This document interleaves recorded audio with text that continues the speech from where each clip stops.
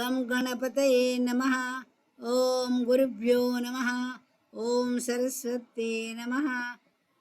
భజ గోవిందం భజ గోవిందం గోవిందం భజ మూఢమతే.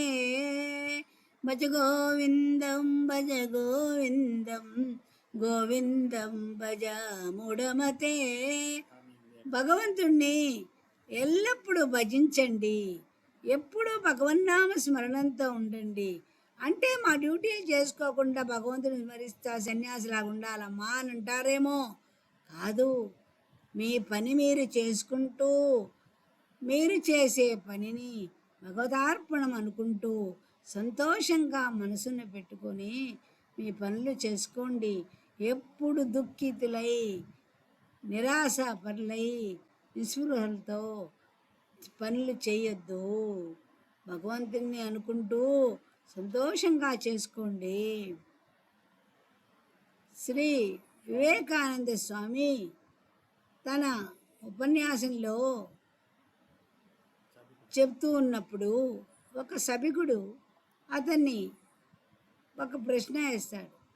స్వామి, మీరు సంసార సుఖాలు భోగాలు అన్ని సౌకర్యాలున్న ఈ ఆధునిక ప్రపంచంలో, అంటే చూడడానికి టీవీ, ఆడుకోవడానికి టేప్ రికార్డులు, వినడానికి మైక్రోఫోన్లు, కూర్చోవడానికి సోఫాలు, పడుకోవడానికి పట్టు మంచాలు, ఏసీలు, ఇన్ని సుఖాలున్నప్పుడు మేము ఇంత సంతోషంగా ఉన్నాం కదా అని అవన్నీ కూడా కష్టతరమైనవి. సుఖాలను ఇవ్వవు, కష్టాలను ఇస్తారని మీరు భావిస్తున్నారు. ఎందుకని స్వామి అని ప్రశ్నిస్తాడు. అప్పుడు వివేకానంద స్వామి, ఇవన్నీ మీకు తాత్కాలికంగా సుఖాలను ఇస్తాయేమో కానీ శాశ్వతమైన సుఖాన్ని అందించవు.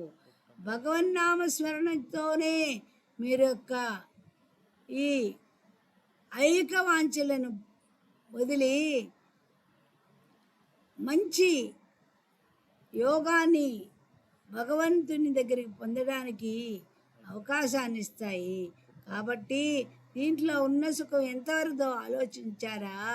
ఒక కుక్క ఉంటుంది, పొరుగువాడింట్లో అన్నం తింటూ భయం భయంగా చుట్టూ చూస్తూ భయంగా ఉంటుంది. ఆ విధంగా వాళ్ళు వచ్చి మనల్ని ఎక్కడ కొడతారో అనే విధంగా భయంగా జీవనం సాగిస్తుంది. అదేవిధంగా మీరు ఈ భోగలాలసు మీ సొంత వస్తువులైనప్పటికీ కూడా వాటిని భయంగానే అనుభవిస్తావు. అలాగే పరాడి వాళ్ళ ఇంటికి పోతే మనకు వాళ్ళు అలానే చూస్తారు. ఎందుకని? మనము బాగా సౌకర్యంగా ఉండే ఇంట్లో వచ్చి వాళ్ళ ఇంటికి పోయినప్పుడు వాళ్ళు అలాంటి సౌకర్యాన్ని ఇవ్వకపోవచ్చు. కానీ మనం అన్నిటికీ అలవాటు పడిపోయి భగవన్నామ స్మరణం చేస్తూ ఎక్కడైనా ఉండగలము అనేటటువంటి భావనలో ఉన్నప్పుడు మనం సంతోషంగా ఆత్మానందం పొందుతూ మనసులో మంచి ఆనందాన్ని పొందగలము. ఈ విధంగా కనపడినటువంటి సౌకర్యాలన్నీ పైకి ఆనందాన్ని కలిగిస్తాయి, కానీ నిజమైన ఆనందాన్ని అవి కలిగించలేవు. నిజమైన సౌకర్యాన్ని అవి ఇవ్వలేవు. అలా కాకుండా మానసికంగా సంతోషంతో ఉంటే మనం ఎక్కడ పడుకున్నా, చింకీ పాతలో పడుకున్నా మనం ఆనందంగా నిద్రపోగలము. ఆహారాన్ని ఏ ఆహారం తిన్నా కూడా మనం సంతోషంగా ఉండగలము. రజాచర్పట విరచిత కంద, రజాచర్పట విరచిత కంద, పుణ్య వివర్చిత పంద, పుణ్య వివర్చిత పంద, యోగి యోగన యోజిత చిత్తో రమతే భాను మతవదేవా. భజ గోవిందం భజ గోవిందం గోవిందం భజ మూఢమతే. దారిలో ఒక బొంతనిస్తే ఆ బొంత చుట్టుకొని ఎక్కడంటే అక్కడ పడుకొని తనకు భయం అనేదే లేకుండా సంతోషంగా ఉండగలిగిన వాడే యోగి. ఆయనకి సంసార లంపటాలు లేవు. మానసికంగా భగవంతుని మీదే ఎప్పుడు అనుకుంటూ ఉంటాడు. కాబట్టి మానసిక ఈ బయట చింతనల గురించి వ్యామోహం లేదు. కాబట్టి మనం సంసారంలో ఉన్నా కూడా ఆ సంసారంలో అందరికి అందిస్తున్నప్పటికీ కూడా ఆ సంసార లంపటంలో మునిగి వాళ్ళు సంతోషపెట్టినప్పుడు సంతోషం, లేకుంటే దుఃఖాన్ని పొందకుండా ప్రతి నిమిషం భగవన్నామ స్మరణతో ఉన్నామంటే వాళ్ళు ఏ విధంగా ప్రవర్తించినా కూడా మనము దానికి పొంగిపోము, కుంగిపోము.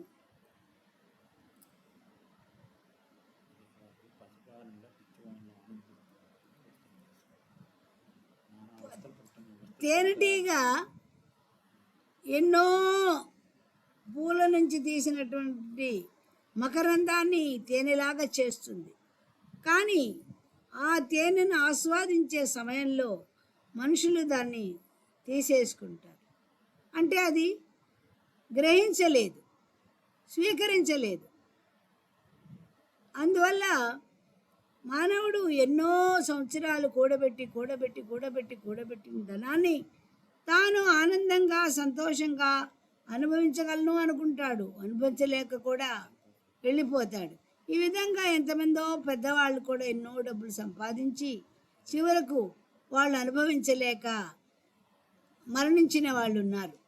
కాబట్టి మనకొచ్చిన దానిలో మనం తృప్తిగా బతుకుతూ సంతోషంగా ఎదుటివాడికి ఇస్తూ ఉంటే మనం ఆ జీవితాన్ని ఆనందమయంగా గడుపుకోవచ్చు. అజగర మౌని అని ఆయన ప్రహ్లాదునితో మనం ఒంటరిగా ఉంటూ కూడా మనకు దొరికిన ఆహారంతో తింటూ సంతోషంగా ఉండవచ్చు. నేను ఒక కొండ చిలువను పరిశీలిస్తూ నా జీవితాన్ని ఆ విధంగా ఉండడం అది తనకు దొరికిన ఆహారంతోనే ఉంటూ ఎన్నో వేల సంవత్సరాలు బతికింది. అందువల్ల మనం తృప్తి అనేటటువంటిది కానీ లేకపోతే ఎన్ని వస్తువులు కొన్నా ఇంకా ఏవో కోరికలు ఉంటాయి. అవి కొనలేదే. ఈరోజు అవసరాలని కాఫీ పొడి కొన్నాం, చక్కెర కొన్నాం, పెరుగు కొన్నాము, కూరలు కొన్నాం, అన్నీ కొన్నాం. కానీ పక్క రోజు కూర్చోవడానికి వేరే వ్యక్తి వస్తే సోఫా లేకపోయిందే, ఆడికి అనుకూలంగా బీరువాని పెట్టలేకపోయామే, ఈ ఆలోచన వస్తుంది. ఈ విధంగా కొనుక్కుంటూ పోతే నీ కోరికలు అనంతాలు ఎప్పుడు తీరుతాయి? ఎప్పుడు తృప్తి పడతావు? ఈరోజు బైక్ ఉందన్నావు, రేపు కారు కావాలంటావు, రేపు కారుని మించి పెద్ద విమానమే కొనాలంటావు. అంటే దీనికి తృప్తి అనేది లేదు. కాబట్టి నీకున్న దానితో తృప్తిగా ఉన్నావంటే నీ మనసు సంతోషంగా ఉంటావు, నువ్వు ఎల్లప్పుడూ సంతోషంగా ఉంటావు.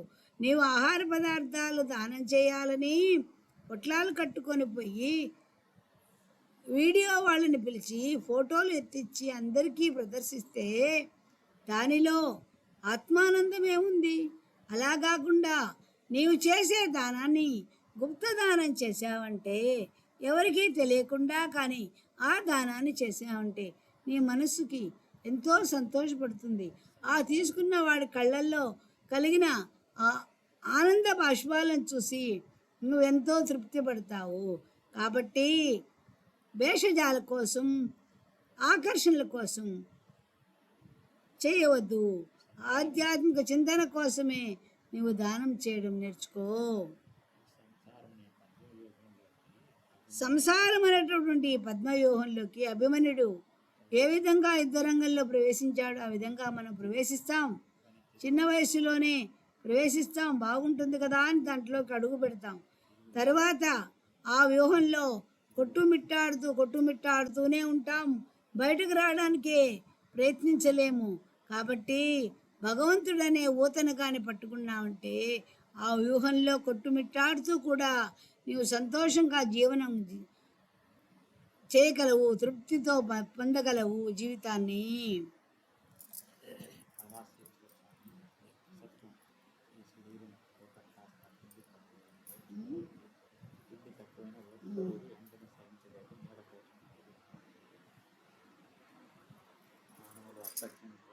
కాళహస్తీశ్వర స్వామి శతకంలో దుర్జటి ఆహార పదార్థము ఒక ముద్ద తక్కువైన, అబ్బా ఈరోజు ముద్ద తక్కువగా ఉంది, ఇంకేమన్నా పప్పు తెచ్చుకొని తిందామా, అబ్బా ఈరోజు దాహం ఎక్కువగా ఉంది, ఒక కూల్ డ్రింక్ తాగుదామా, అబ్బా ఈ కూల్ డ్రింక్ తాగినా కూడా ఎండగా ఉంది, ఏసీ రూమ్లో తీసుకుందామా, ఏసీ రూమ్లో కూడా గాలి బాగా రావటం లేదే, ఇది చెడిపోయినట్టుంది, కొత్త ఏసీ కొనుక్కుందామా, అలా కాదు వర్షం వస్తుంది గొడుగు కావాలా, గొడుగు వస్తుంటే ఇక్కడ ఎక్కడ నిలబడడానికి స్థలం లేకుండా ఉంది, ఎక్కడైనా ఎవరైనా ఇల్లు ఆశ్రయం దొరికితే మంచి మంచము పరుపు దొరికితే పనుకొని హాయిగా నిద్రపోదామా, వేళకు వాళ్ళు భోజనం పెడితే బాగుండు, ఇలా ఒకదాని తర్వాత ఒకటి ఆలోచనలు వస్తూనే ఉంటాయి. ఎండలో మండేవాడికి నీడ ఆశ్రయం వస్తే చాలనుకుంటాం, నీడలో ఉండేవాడికి ఏసీ ఉంటే బాగుంటుంది అనుకుంటాం, ఏసీలో ఉండేవాడికి ఇంకా ఏదైనా చల్లనైన పదార్థాలు ఆహార పదార్థాలు ఉంటే బాగుండదు. ఈ విధంగా కోరికలు అనేవి అనంతాలు వస్తూనే ఉంటాయి. కానీ కోరికలు తృప్తి పడితే నీవు ఎంతో సంతోషంగా నీ జీవనాన్ని గడపగలవు. తృప్తించెందని మంజుడు సప్తద్వీపములను చక్కంబడడే. అందువల్ల మానవుడు కోరికలు అనంతాలు, వాటిని తగ్గించుకుంటూ పోతేనే జీవితాన్ని ప్రశాంతంగా జీవనం చేయగలడు.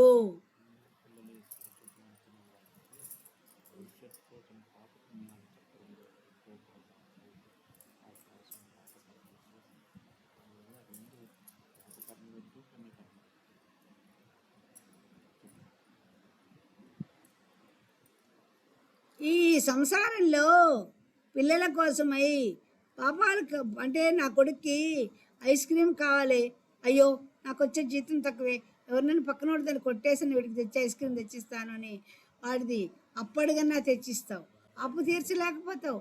భార్యకి మంచి సిల్క్ శారీ కొని అనుకుంటావు, కొని లేకపోతావు, దానికి ఇంకోటి దగ్గర అప్పు తెస్తావు. ఇవన్నీ తీర్చలేక తలమునకలైపోయి అందరూ నిన్నే అంటుంటారు, ఈ అప్పులన్నీ ఎందుకు చేసావు, ఏం పని లేదా, నేను తృప్తి పడలేవా అని అప్పుడు అడుగుతారు. అందువల్ల ఈ పాపకర్మలు నువ్వు చెయ్యొద్దు. మంచి చెడులకు పుణ్యకర్మలు కూడా, అయ్యో ఈ పుణ్యం చేస్తే మంచిదండి నన్ను అప్పు తెచ్చుకొని టెంకాయలు కొట్టి పుణ్యాలు చేయొద్దు. ఇట్లా పుణ్యకర్మలు చేయొద్దు, పాపకర్మలు చేయొద్దు.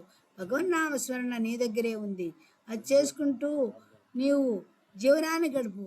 ఆ పుణ్యకర్మలు పాపకర్మల గురించి నీవు ఆలోచిస్తూ వాళ్ళ కోసమే నీ జీవితాన్ని అంకితం చేసుకొని బాధలు పడద్దు. ఇవి రెండు భగవంతుణ్ణి నిరంతరం స్మరిస్తూ భగన్నామ స్మరణ చేసుకుంటూ భగవంతునికి అర్పణ చేసుకో, నీ జీవనాన్ని సుఖమయం చేసుకో.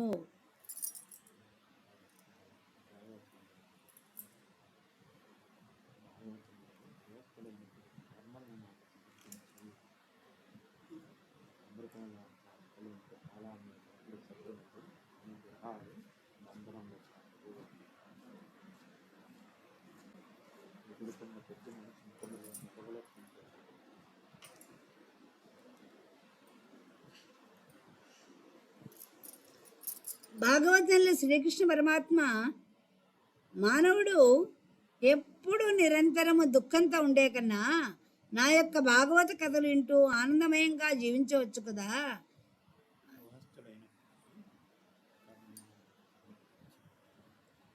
గృహస్థులైన వాడు ఆయన యొక్క కర్మలను నాకు అర్పణ కృష్ణార్పణమస్తు అని చెప్పి తను సంతోషంగా నా యొక్క కథలను వింటూ సంతోష జీవనాన్ని గడపండి, భగవన్నామస్మరణ చేయండి.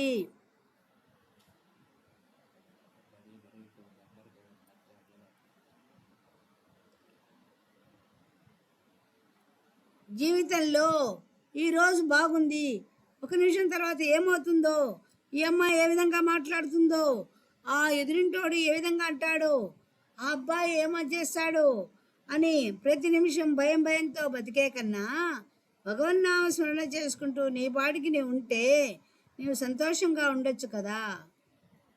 క్షణమొక యుగంగా భారంగా ఎందుకు బతకాలి, భగవన్నామాన్ని చింతిస్తూ సంతోషంగా బతుకు.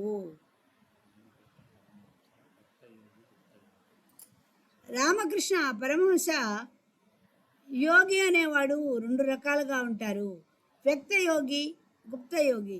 వ్యక్త యోగి అంటే మామూలుగా సన్యాసం తీసుకొని ఏదో ఆశ్రమంలో ఉంటూ ఏదో మంచి మాటలు చెప్పుకుంటూ సాత్విక ఆహారం తింటూ తన జీవనాన్ని గడుపుకుంటాడు.